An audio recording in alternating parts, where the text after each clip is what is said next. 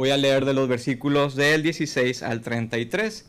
Y bueno, durante la predicación voy a dar un poco de contexto. ¿Qué es lo que pasa antes de este suceso? Entonces voy a hacer lectura a este pasaje en la Biblia de las Américas, desde el versículo 16 hasta el final. Y bueno, a lo mejor no se ve muy bien, pero ahí tenemos unos catalejos porque en el exilio estamos viendo con los catalejos del Evangelio hacia nuestro verdadero hogar en medio del quebranto que tenemos nosotros.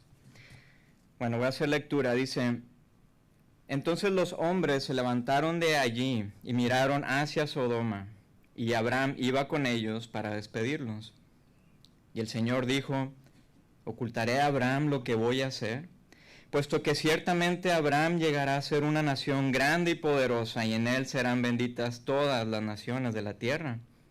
Porque yo lo he escogido para que mande a sus hijos y a su casa después de él, que guarden el camino del Señor, haciendo justicia y juicio, para que el Señor cumpla en Abraham todo lo que él ha dicho acerca de él. Y el Señor dijo: el clamor de Sodoma y Gomorra ciertamente es grande, y su pecado es sumamente grave. Descenderé ahora y veré si han hecho en todo conforme a su clamor, el cual ha llegado hasta mí, y si no, lo sabré. Y se apartaron de allí los hombres, y fueron hacia Sodoma, mientras Abraham estaba todavía de pie delante del Señor. Y Abraham se acercó y dijo: ¿en verdad destruirás al justo junto con el impío? Tal vez haya 50 justos dentro de la ciudad. ¿En verdad la destruirás y no perdonarás el lugar por amor a los 50 justos que hay en ella? Lejos de ti hacer tal cosa, matar al justo con el impío, de modo que el justo y el impío sean tratados de la misma manera. Lejos de ti, el juez de toda la tierra no hará justicia. Entonces el Señor dijo: si hallo en Sodoma 50 justos dentro de la ciudad, perdonaré a todo el lugar por consideración a ellos. Y Abraham respondió y dijo: he aquí, ahora me he atrevido a hablar al Señor, yo que soy polvo y ceniza. Tal vez falten 5 para los 50 justos. ¿Destruirás por los 5 a toda la ciudad? Y él respondió: no la destruiré si hallo allí 45. Abraham le habló de nuevo y dijo: tal vez se hallen allí 40. Y él respondió: no lo haré por consideración a los 40. Entonces Abraham dijo: no se enoje ahora, mi señor, y hablaré, tal vez se hallen allí 30. Y él respondió: no lo haré si hallo allí 30. Y Abraham dijo: he aquí, ahora me he atrevido a hablar al Señor, tal vez se hallen allí 20. Y él respondió: no la destruiré por consideración a los 20.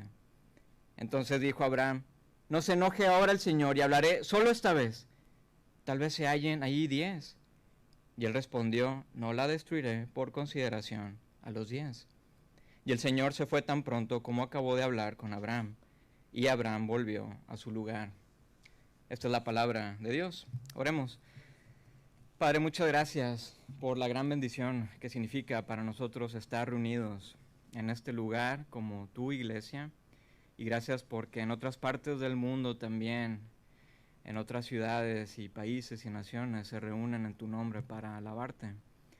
Señor, gracias por este pasaje que encontramos aquí de Génesis 18. Te pedimos que abras nuestros ojos y nuestro entendimiento para ver las maravillas de tu palabra y ver qué es lo que sucede aquí en este diálogo entre Abraham y Dios, que parece que Abraham está negociando con él o haciendo un regateo. ¿Qué significa esto para nosotros? Señor, ayúdanos a entenderlo, y te pedimos que nos ayudes, que tu poder de tu Espíritu Santo esté con nosotros en este tiempo. Ayúdanos, Señor, te lo pedimos en tu nombre. Amén. Entonces, el tema del exilio es recurrente en toda la narrativa bíblica. El exilio es la condición en la que vivimos tú y yo, porque estamos fuera de nuestro verdadero hogar. Y con los catalejos del Evangelio es que podemos mirar hacia nuestro hogar. Anhelamos nuestro verdadero hogar, porque sabemos que todo lo que hay aquí no debería ser así. El shalom, esa paz de Dios, ha sido vandalizado. Tenemos relaciones rotas, personas que ejercen opresión, tenemos un gran abuso de todo, del poder, del sexo, de los recursos. Hay un verdadero desorden. En la primera parte, que fue en el capítulo de Génesis 4, escuchamos en palabras de Caín el desdén con el que se relaciona con la creación, pero también con todos los demás. Y era esa pregunta que le dijo a Dios: ¿acaso soy guardián de mi hermano? Esa es la misma pregunta que arrastramos en nuestro exilio nosotros. Nos desentendemos de nuestra responsabilidad y vivimos un individualismo donde reina el yo. Pero luego vimos también en ese pasaje de Génesis 4 la gran esperanza, una posible nueva comunidad contracultural, contranatural, que se estaba formando en medio del exilio. Un nuevo hijo de Eva, Set, de quien tenemos toda su genealogía que llega hasta la persona de Jesús de Nazaret. Él es el prometido que traería la redención de todas las cosas. Ahora tenemos en este pasaje de Génesis 18 al patriarca Abraham, descendiente precisamente de Set, actuando de una manera muy interesante y a la vez puede ser muy graciosa, porque parece como que está regateando con Dios. Pero realmente lo que Abraham está haciendo es algo muy profundo y asombroso. Abraham está intercediendo por una ciudad, por Sodoma, de la cual yo creo que muchos de nosotros conocemos su reputación. Abraham, en medio de su exilio, sin patria, él está explorando la manera de bendecir a una ciudad que no es la suya, pero es una ciudad que está llena de violencia y de opresión, de corrupción. ¿Qué significa esto para nosotros? ¿Qué es lo que podemos aprender de este ejemplo de Abraham? ¿Qué tiene que ver con nosotros esto que pasó miles de años atrás? Bueno, creo que podemos ver al menos tres cosas que nos deben de asombrar y a la vez también animar a buscar renovación y transformación no solo para nuestras vidas, sino también para nuestra sociedad en medio de nuestro exilio. Entonces vamos a ver, número 1, la invitación al plan de Dios. Número 2, nuestro papel en ese plan. Y número 3, vamos a encontrar una suprema redención. Entonces, la invitación al plan de Dios. Si podemos ver todo el panorama de la Biblia, leyendo desde Génesis hasta Apocalipsis, podemos ver que Dios está en un plan tan grande de llenar toda la tierra de su gloria. Y esto es inminente. Los profetas del Antiguo Testamento hablan de que un día toda la tierra se va a llenar de la gloria de Jehová como las aguas cubren el mar. Su gloria está por arrasar todo y nada ni nadie lo va a detener. Y encontramos en Génesis 1 y 2 ese relato de la creación, de cómo Dios hace todas las cosas de una manera hermosa y crea un huerto, el jardín del Edén, donde pone al hombre y la mujer, en esa casa, en esa patria que Dios estaba haciendo. Y pone a los hombres, a sus criaturas, para que disfruten de la gloria de Dios.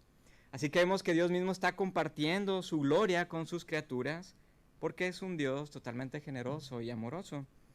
Y esa misma idea de generosidad y de bendición lo vemos también en el transcurso de toda la historia, hasta que encontramos que Dios escoge a una nueva familia, Abraham y Sara, del linaje de Set, hijo de Adán y Eva, y con ellos hace un pacto, hace una alianza de que de ellos dos vendría una nueva nación, un nuevo pueblo como ningún otro pueblo. Y ese pueblo sería un portador de una bendición sin igual a todos los demás pueblos de la tierra. Abraham y Sara serían entonces los padres de una nueva comunidad de reyes, de sacerdotes y profetas que estarían proclamando de la gloria de Dios, intercediendo también por su comunidad y buscando la restauración del Shalom, esa paz que ha sido vandalizada. Así que Dios está en una misión de llenar la tierra de su gloria para el disfrute y deleite de su creación. Pero lo asombroso de este plan de Dios de misión y rescate es que Él nos invita a nosotros a ser parte de ese plan. Nosotros, sí, nosotros, tú y yo, que somos criaturas tan frágiles, tan quebradas, llenas de fallos. Y para poner un poco de contexto en este pasaje de Génesis 18, comienza de que se aparecen tres seres con Abraham. Y después nos encontramos que uno de esos seres es Dios mismo y los otros dos son unos ángeles. Ellos fueron a visitar a Abraham y Sara. Y esto era para ratificar el pacto que Dios había hecho con Abraham. Ese pacto que encontramos en los capítulos 12, 15 y 17 de Génesis. Vemos que Dios está ratificando su promesa de que Sara va a tener un hijo. Y lo increíble de este relato radica en que Dios mismo estaba frente a Abraham. Tenemos un sorprendente antropomorfismo, esto es que Dios en forma de hombre desciende para relacionarse con Abraham. No hay una teofanía es diferente. Las teofanías eran esas apariciones o manifestaciones de Dios que encontramos, por ejemplo, en Éxodo, cuando se aparece con Moisés en una zarza ardiente, o cuando está guiando al pueblo de Israel durante ese peregrinaje en el desierto como una columna de humo y de fuego, o con Abraham mismo en Génesis 15, que se aparece como una antorcha de fuego humeante. Bueno, aquí Dios se aparece en persona a Abraham. Qué increíble. Vemos ese trato tan especial de Dios con su creación.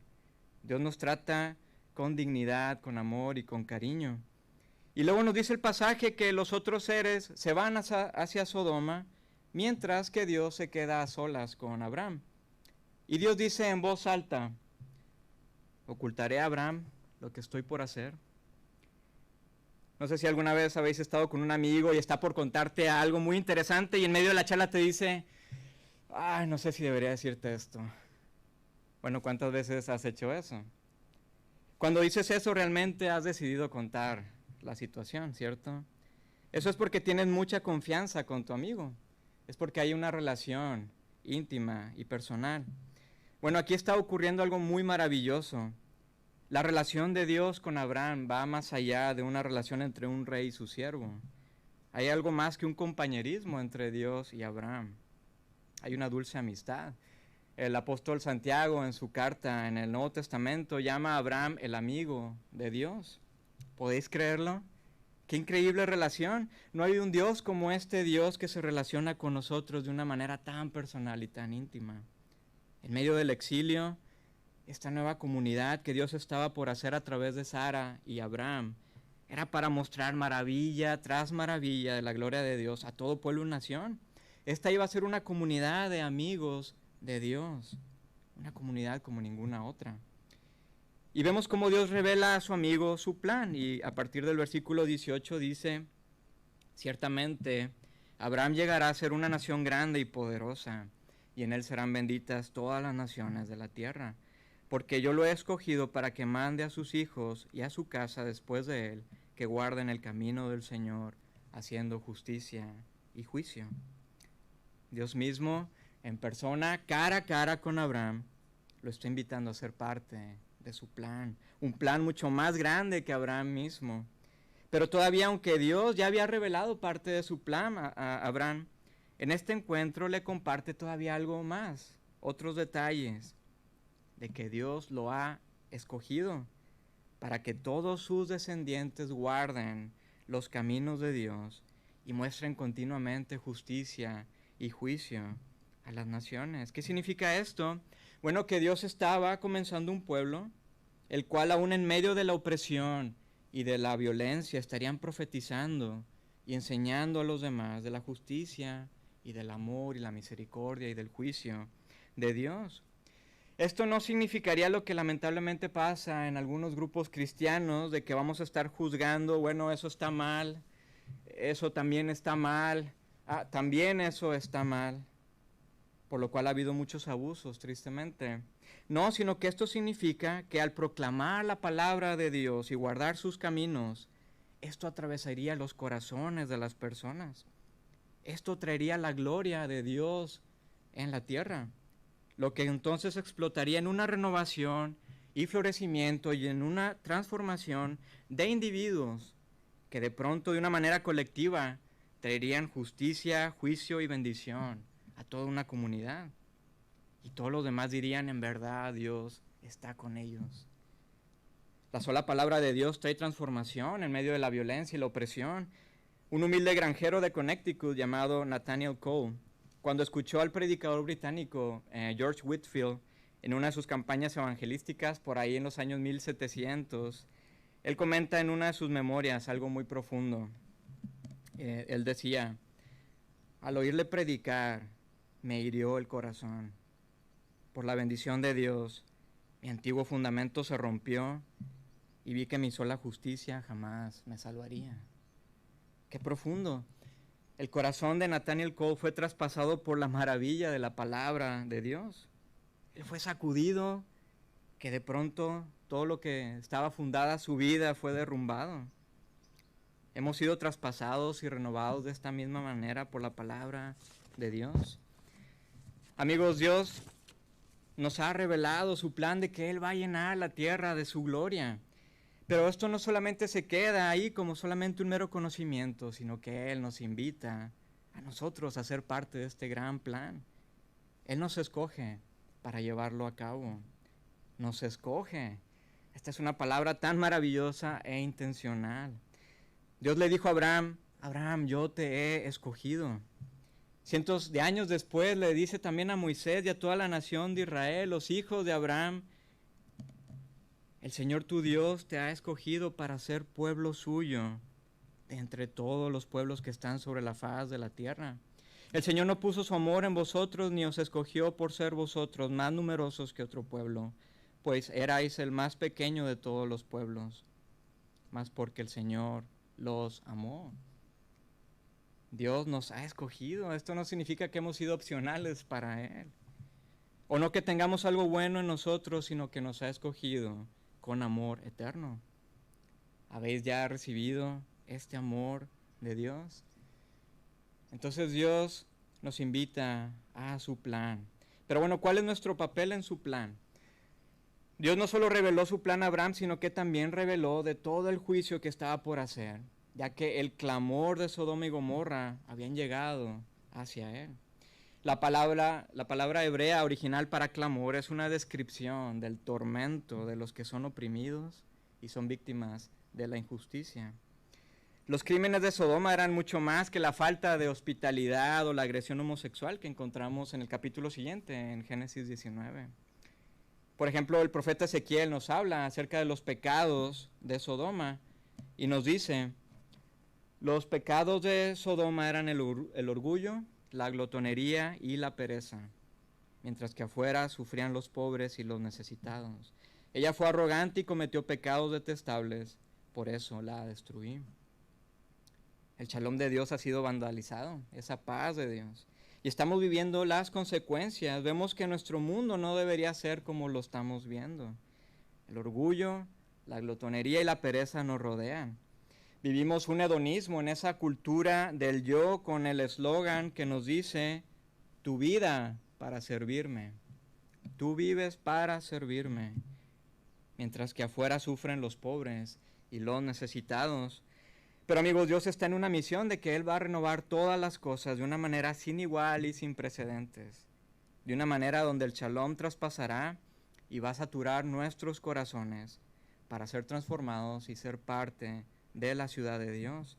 Esa nueva comunidad donde ahora el eslogan es totalmente contracultural y que nos dice, yo vivo para servirte.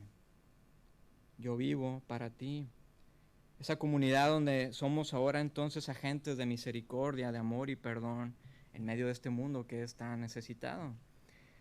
En su conversación con Abraham, Dios lo está invitando y lo está desafiando a entablar un diálogo con él. Dios le está diciendo, Abraham, mi amigo, yo los he escogido porque he decidido amarlos con un amor sin igual. Yo los amo porque los amo. Vosotros seréis mis profetas, van a estar contando de mis caminos y de mi verdad a todas las naciones. Pero también seréis mis sacerdotes, intercediendo, ya que el clamor por toda la opresión y toda la injusticia llegan hasta mi presencia. Esto es lo que estoy por hacer, Abraham. Voy a lanzar todo el peso de mi justicia sobre Sodoma. ¿Y qué es lo que hace Abraham? Bueno, no solamente escucha y aprueba lo que Dios está por hacer y diciendo, sí, tienes que destruir a Sodoma, son totalmente corruptos. No, sino que sorprendentemente Abraham interviene. Nos dice el versículo 23 que Abraham se acercó a Dios y dijo, ¿en verdad destruirás al justo junto con el impío? Robert Alter, un erudito profesor de hebreo y del Antiguo Testamento, comenta que el verbo usado para la frase se acercó. Es un tecnicismo legal que describe a un abogado defensor acercándose audazmente y valientemente ante el juez para hacer una súplica legal, una defensa. Así que de una manera sorprendente Abraham está tomando el papel de un abogado defensor y se acerca ante el juez. Y Abraham reconoce que Dios es un juez totalmente justo, sabe que Dios se caracteriza por su justicia. De hecho, en el versículo 25 él confiesa, el juez de toda la tierra no hará justicia. No podemos tener un Dios lleno de amor sin justicia, porque entonces sería un Dios que deja pasar todas las cosas, eso no sería amor. Tampoco podemos tener un Dios de justicia sin amor. Amor y justicia van de la mano, tienen que ir de la mano. Pero también Abraham reconoce toda la responsabilidad colectiva de Sodoma. Tal vez para nosotros que vivimos en una cultura altamente individualista nos pueda chocar esta visión colectiva altamente comunitaria. Pero en el fondo intuimos que también existe la responsabilidad colectiva, porque tenemos un sentimiento y una sed de justicia.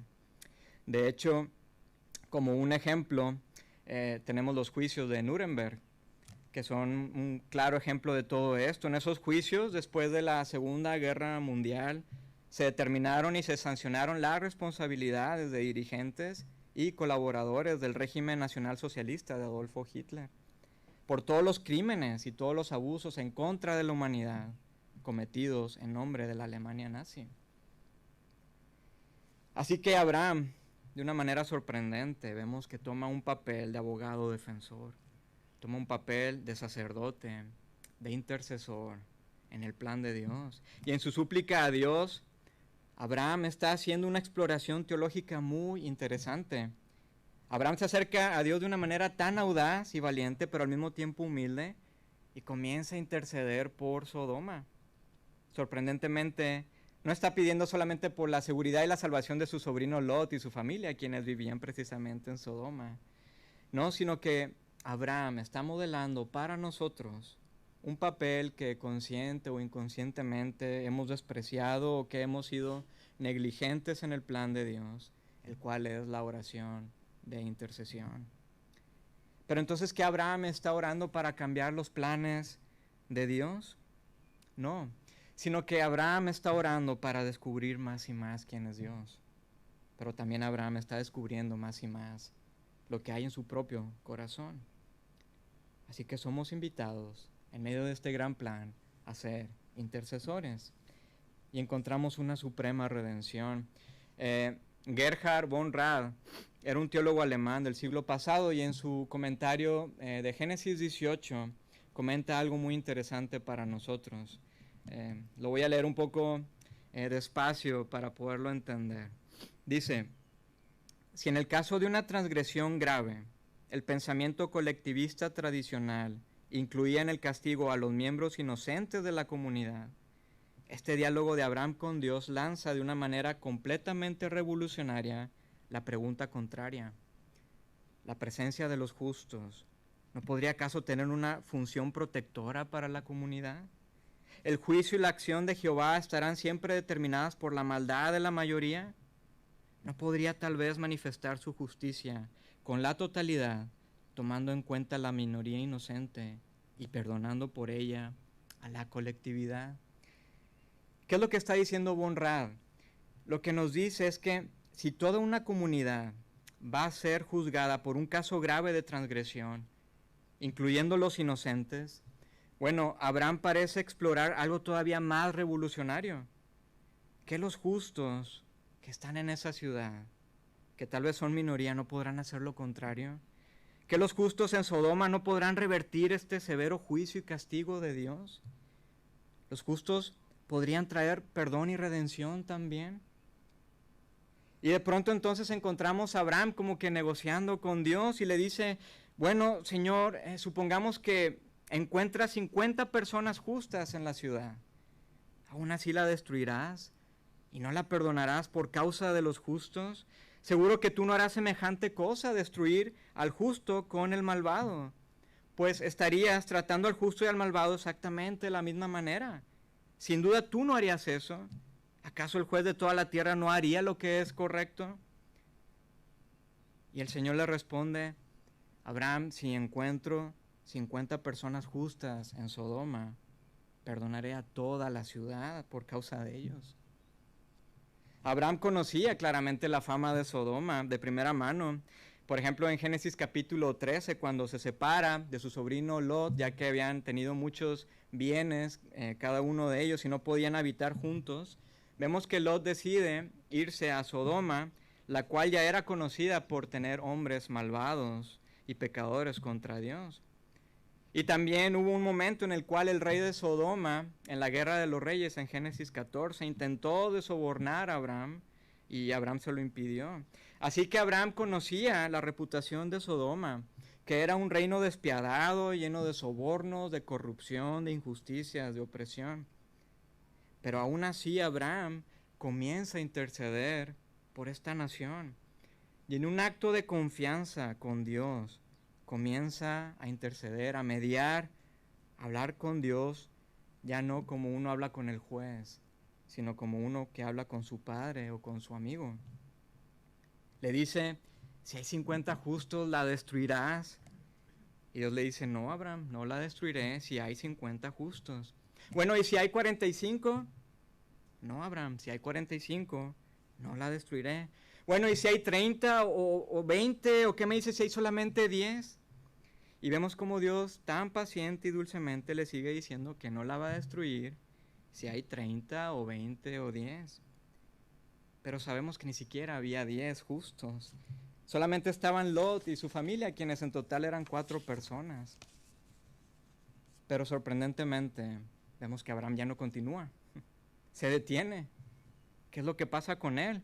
Que Abraham fue tan ingenuo en pensar que pues, por algún justo Dios iba a evitar su castigo. Bueno, un descendiente de Abraham, el rey David, muchos años después de esta exploración de Abraham, escribe en el Salmo 14 y nos dice, el Señor ha mirado desde los cielos sobre los hijos de los hombres para ver si hay alguno que entienda, alguno que busque a Dios. Todos se han desviado, a una se han corrompido, no hay quien haga el bien. No hay ni siquiera ni 50, ni 45, ni 30, ni 20, ni 4. Termina, no hay ni siquiera uno. No hay uno.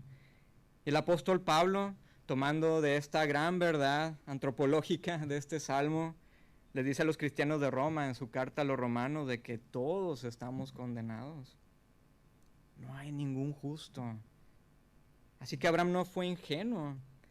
Abraham sabe que Dios es el juez justo. Pero Abraham lo que está explorando es, ¿cómo puedo obtener mi justificación? Porque si no hay nadie que haga lo bueno, ni siquiera yo, ni Sara, ni el hijo que está por venir, ni siquiera Lot y su familia. No hay ningún justo. ¿Cómo podemos obtener perdón?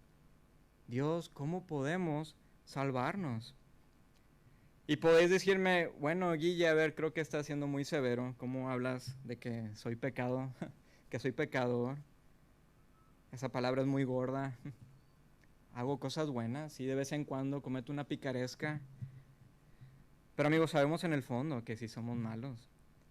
Actuamos a nuestra conveniencia. Cada día le damos la razón a Pablo y a David. Actuamos con ese eslogan de que tú vives para servirme. Pero encontramos que Abraham, él se está aferrando en su diálogo a una promesa inamovible de Dios, de que de él vendría el único justo, quien tomaría el castigo de la ira cósmica de Dios sobre sí mismo, para que muchos, la colectividad, puedan ser salvados. Para que los que estamos en medio del exilio podamos ser parte de algo mucho más grande que nosotros mismos. Para que podamos ser parte de una comunidad como no ha habido otra jamás en la historia. Una comunidad de individuos cuyos corazones, como decía Nathaniel Cole, serían traspasados por el Evangelio y cuyos fundamentos serían quebrantados, ya que nuestra sola justicia no nos puede salvar. Así que Abraham está con esos catalejos del Evangelio, explorando a su futuro descendiente, a Jesús, el único justo, ese Jesús quien sería levantado en una cruz, para que todos aquellos que lo vean y crean en él puedan ser perdonados y declarados justos. limpios, perdonados, libres, sin condenación. Amigos, Jesús es entonces nuestro verdadero Abraham, el verdadero intercesor, el verdadero amigo y sacerdote y profeta.